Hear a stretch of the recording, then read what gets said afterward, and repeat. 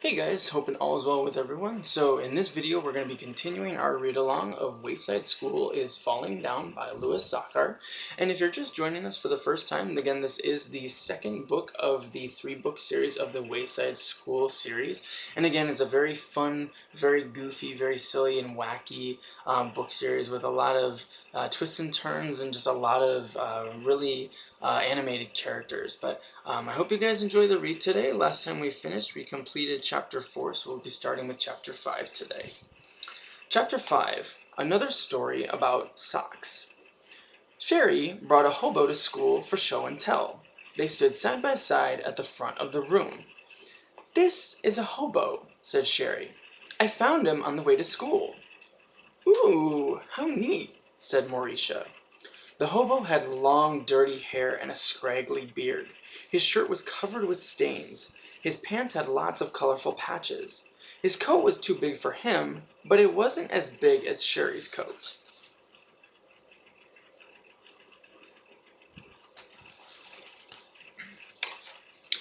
Sharie was a little girl, but she wore the biggest coat in all of Wayside School.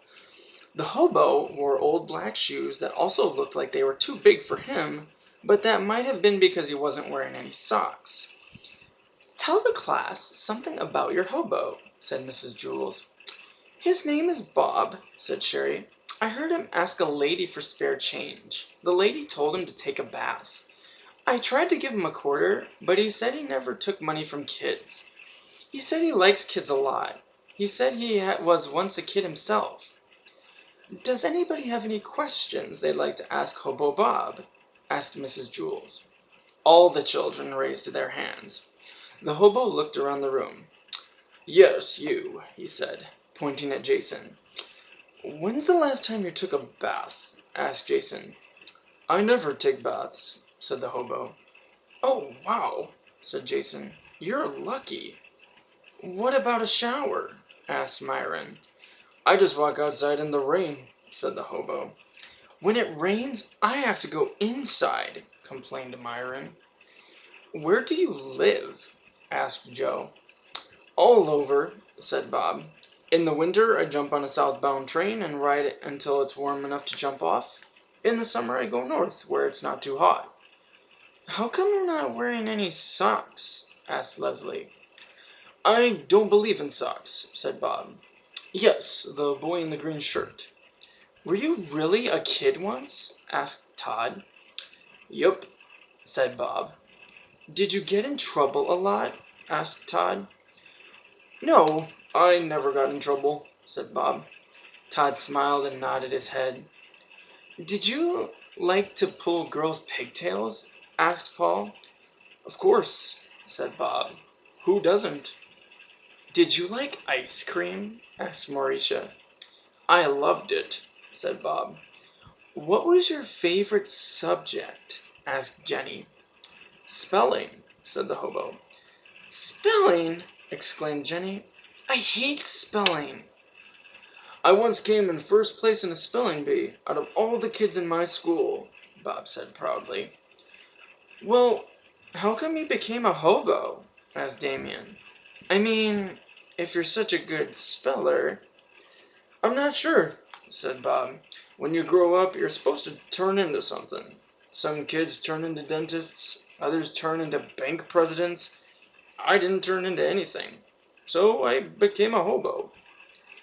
"Did you ever try to get a job?" asked Calvin. "I tried," said Bob, "but nobody would hire me because I didn't wear socks."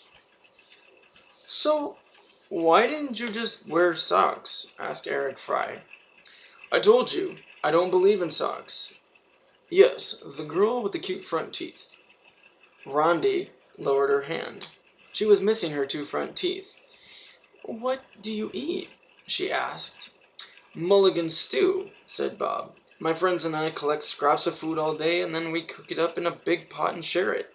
It's always different, but very tasty." "Why is it called Mulligan stew?" asked Stephen. "There was once a hobo named Mulligan," said Bob. "He made the first Mulligan stew." "Was he a good cook?" asked Todd. No, he was eaten by cannibals. Yuck! Everyone said together, except for Dana, who was very confused. She thought Bob had said he was eaten by cannonballs. Allison raised her hand. Can't you just wear socks, even if you don't believe in them? She asked.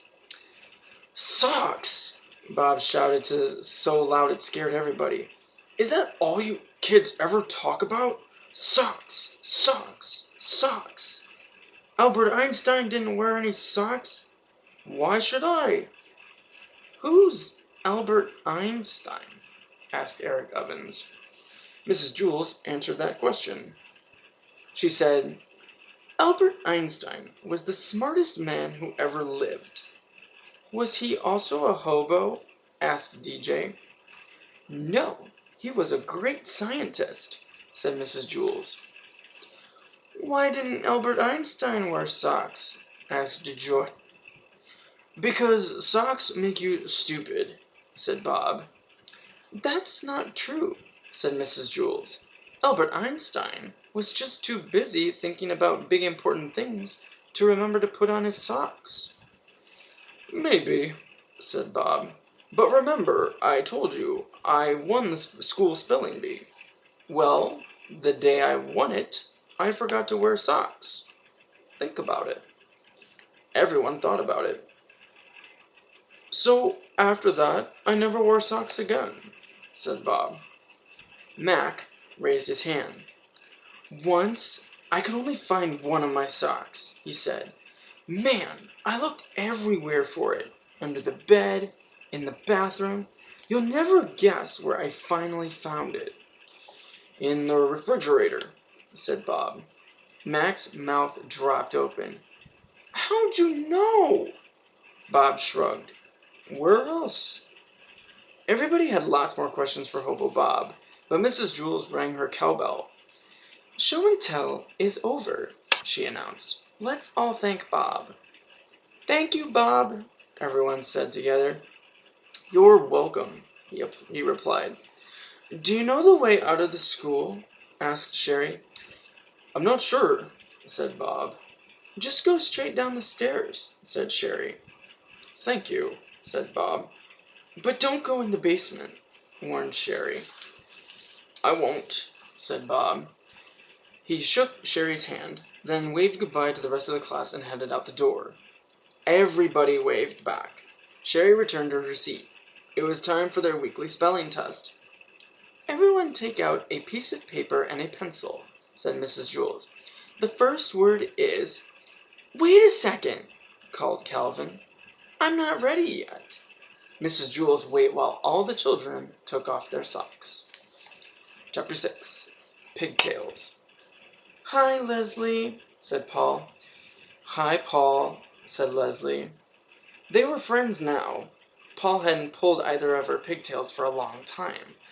Paul sat in the desk behind Leslie. Once, a long time ago, he had pulled Leslie's pigtails. It felt great. That is, Paul thought it felt great. Leslie didn't think it felt too good. But that was earlier in the year, when Paul was younger and immature. Now he knew better.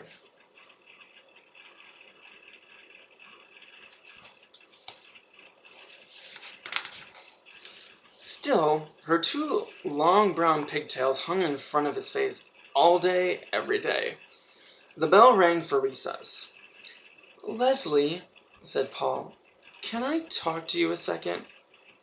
Sure, Paul, said Leslie. They were alone in the room. All the other kids had rushed down the stairs. Mrs. Jules had run to the teacher's lounge. I've been good, right? Asked Paul. I haven't pulled one of your pigtails in a long time, have I?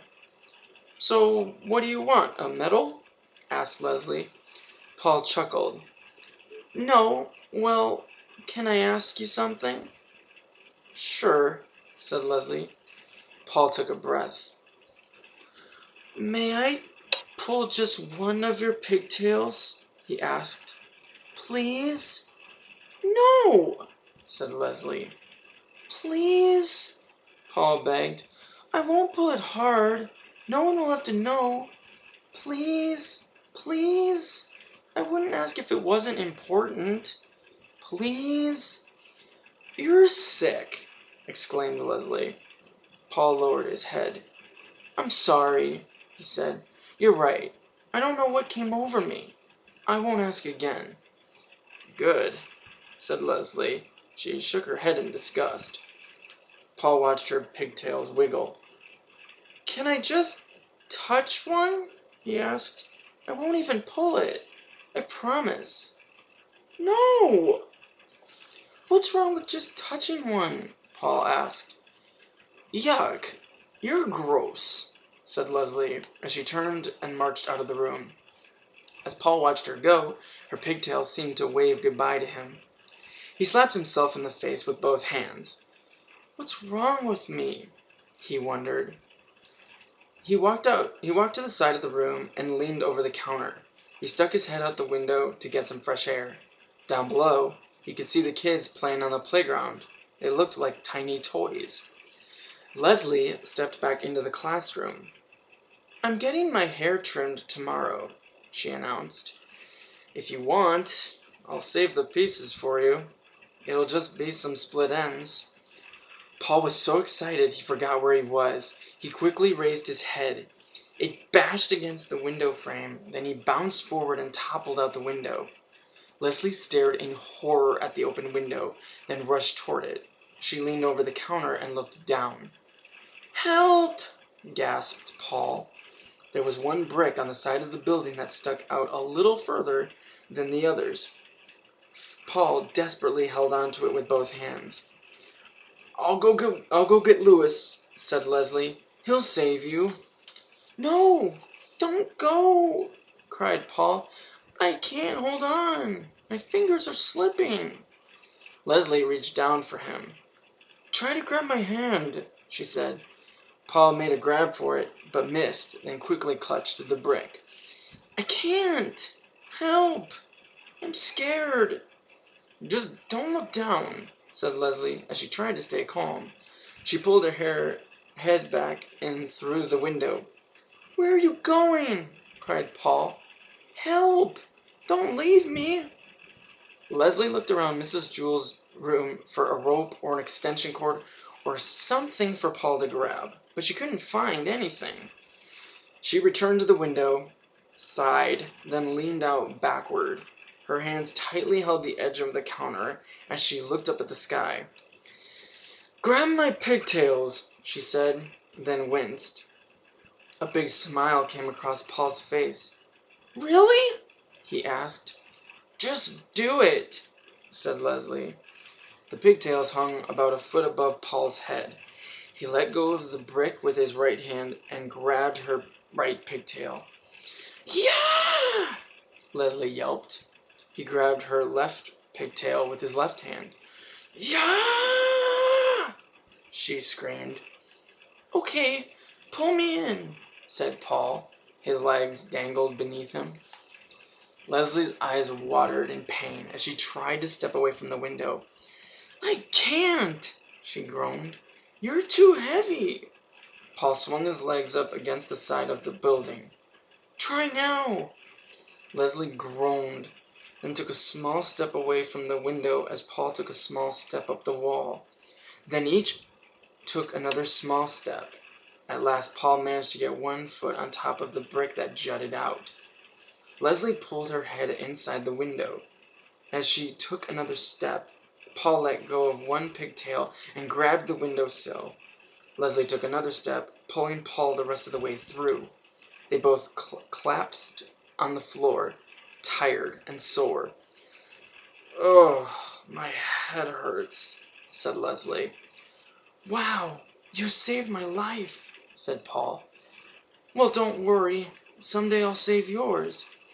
You don't have to, said Leslie. Just don't pull my pigtails anymore. I won't, said Paul. Suddenly he laughed. What's so funny? Asked Leslie. This time your pigtails pulled me. Chapter 7. Freedom. Myron crumbled a cracker on the windowsill next to his desk, then looked away. He knew oddly came only when nobody was looking. A little while later, a bird landed on the windowsill and ate the crumbs. Myron watched him out of the corner of his eye. He was a black bird with a pink breast. Myron had named him Oddly. Is that your dumb bird again? Asked Kathy. No, said Myron. Oddly is not my bird. I don't own him. He doesn't live in a cage. Oddly is free. You're a bird brain, said Kathy. Myron watched Oddly fly away. It made him sad and glad at the same time. He wished he could fly away across the sky with Oddly. Oddly probably thinks I live in a cage, he realized. Whenever he sees me, I'm sitting in this same desk. He probably thinks this desk is my cage. So, Myron got out of his chair and sat on the floor. Myron, what are you doing out of your seat? Asked Mrs. Jules. I want to sit on the floor, said Myron. Several kids laughed. Get back in your seat, ordered Mrs. Jules. Myron reluctantly returned to his desk. I do live in a cage, he thought. I'm not allowed out. I have to stay in my cage until the bell rings. Then I have to go down the stairs. Then when it rings again, I have to go up the stairs. Then when it rings again, I have to go down the stairs. Then when it rings again, I have to go up the stairs. I'm never free. The bell rang. Myron went down the stairs. It was so crowded with kids rushing to recess that he couldn't stop if he wanted. It was as if someone had lifted his cage and was carrying him down the stairs. The bell rang again. Myron went up the stairs. At lunch, the bell rang again. Myron went down the stairs. After lunch, the bell rang again. Myron stood at the bottom of the staircase and looked up. No, he declared. I won't go. I have to be free. As all the other kids rushed past him, he eased his way around the back of the stairs. As everybody else went up, Myron went down to the basement. He nervously walked down the old creaky staircase. He didn't know what he'd find, or who would find him. He had heard that dead rats were living down there, or worse, maybe even Mrs. Gorf. Mrs. Gorf was the meanest teacher Myron had ever had. She used to be the teacher on the 30th story, before Mrs. Jules took over. But nobody believed that Mrs. Gorf was really gone. Everyone said she was still lurking somewhere inside Wayside School. He stepped off the last step, at the very bottom of Wayside School. It was too dark to see. Somewhere he heard a drip that echoed all around the cold and damp room. With his arms outstretched, he stepped across the gritty floor. His hands struck against a large, fat pipe above his head. The pipe felt like it was covered with 1,000 spider webs. Still, Myron kept his finger on the pipe as he walked, so he wouldn't get lost. As long as he stayed with the pipe, he knew he'd be able to find his way back to the stairs. Something crawled across his hand. He shook it off, then continued walking. He thought he heard footsteps behind him. He stopped walking. The sound of the footsteps continued for a second, then stopped. He started again, then stopped. The footsteps stopped a few seconds later. He wasn't alone. It was too dark for Myron to see who was following him, but he realized that meant that the person couldn't see him either. Whoever was coming after him had to have been following along the pipe too. So Myron left the safety of the pipe and headed blindly across the basement. The footsteps continued behind him. He stopped. The footsteps stopped too. He bent down, then untied and took off his right sneaker. He threw it toward the other side of the basement. He heard it hit on the floor.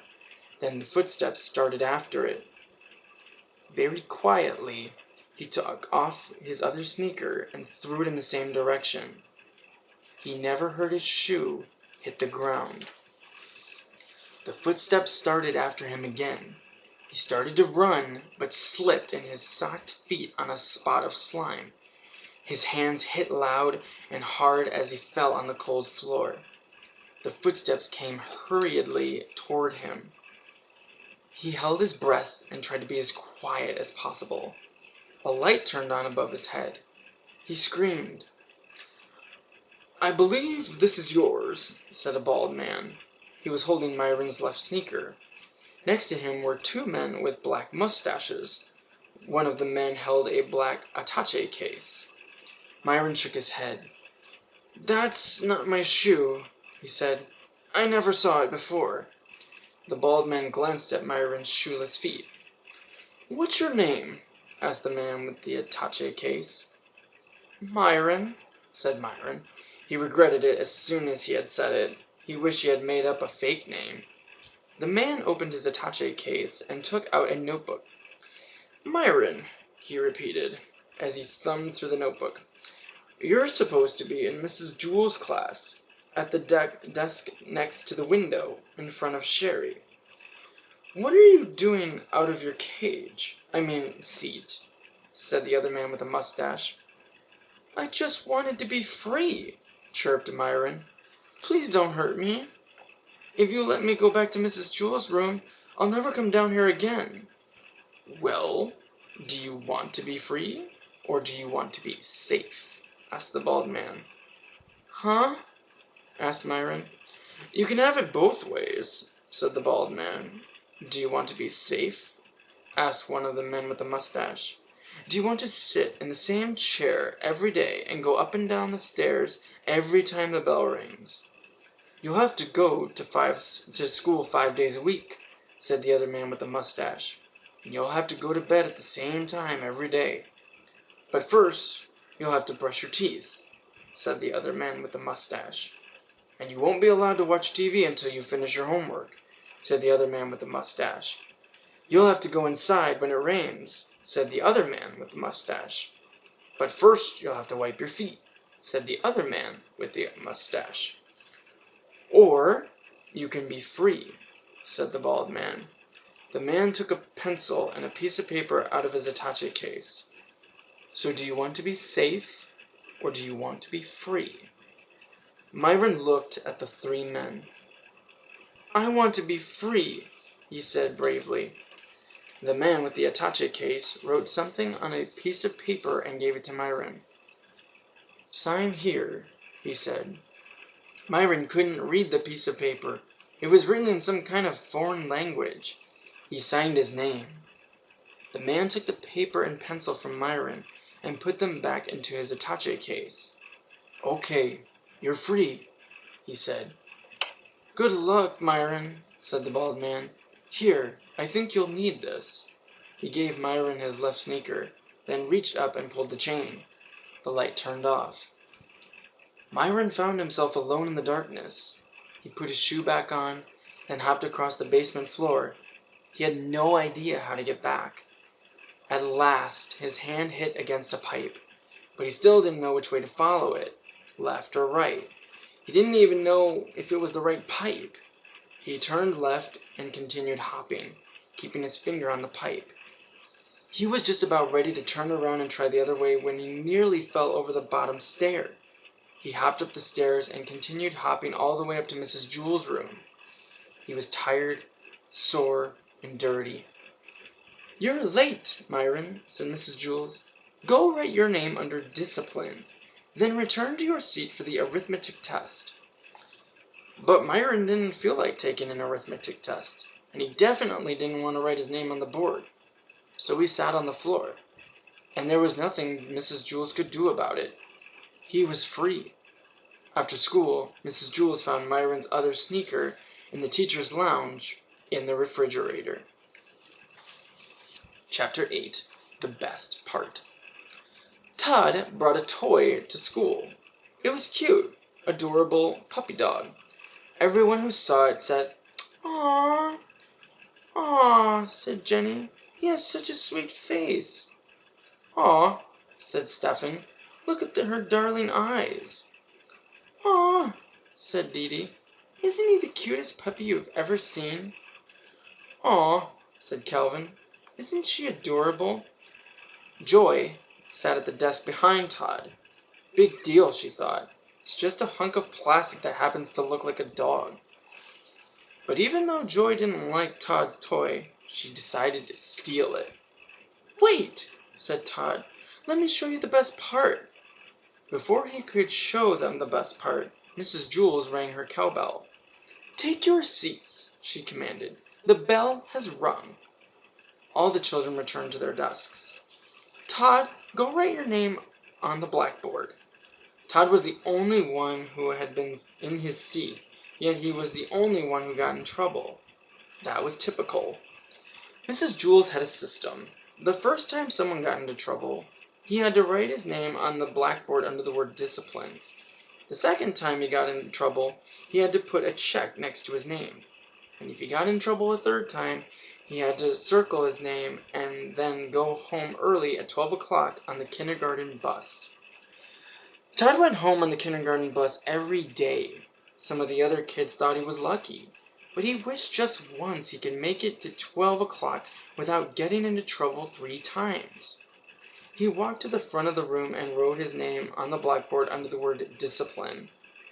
While Todd was at the board, Joy reached over her desk and into Todd's.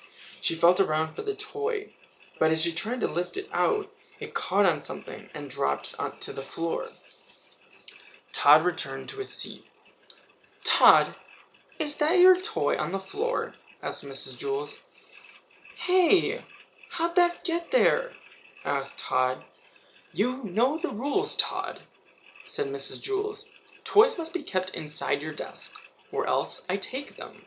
Now bring it here." Todd gave his toy to Mrs. Jules. "Aw, how precious," cooed Mrs. Jules. "He's the most lovable puppy I've ever seen." She kissed Todd's plastic puppy on its plastic nose. "I guess I can let you off this time," she said.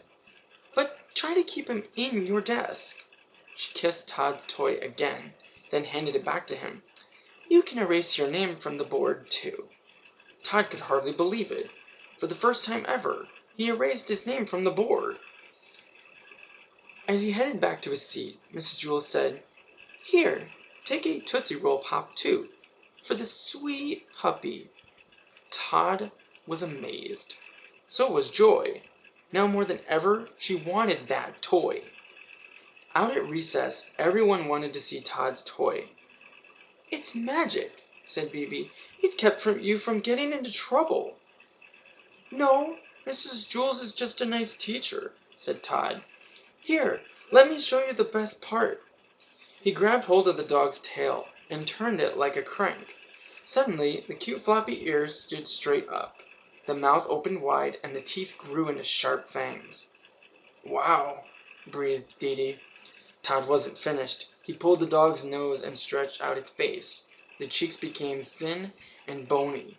The eyes were no longer sweet, but grim and frightening. "What a great toy," said Calvin. The cute little puppy had turned into a mean, hungry, man-eating wolf. "I still haven't shown you the best part," said Todd. But before he could show them the best part, the bell rang, and everyone ran up the stairs to class. I've got to get that puppy dog," thought Joy, as she stared at the back of Todd's neck. "Then I'll never get in trouble again." She didn't know Todd's toy had changed into a man-eating wolf. Her lunchbox was on her lap. She quietly opened it and took out a carton of cranberry juice and a tiny straw. She stuck the straw into the carton and sucked up some juice into it.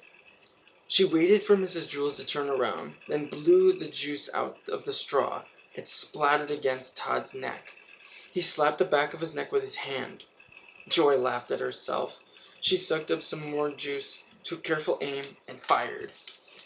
Todd turned around, but Joy already had the straw out of her mouth and was looking down at her book. Todd rubbed his neck and faced front. Joy sucked up more juice and blew it into Todd's neck. "Hey!"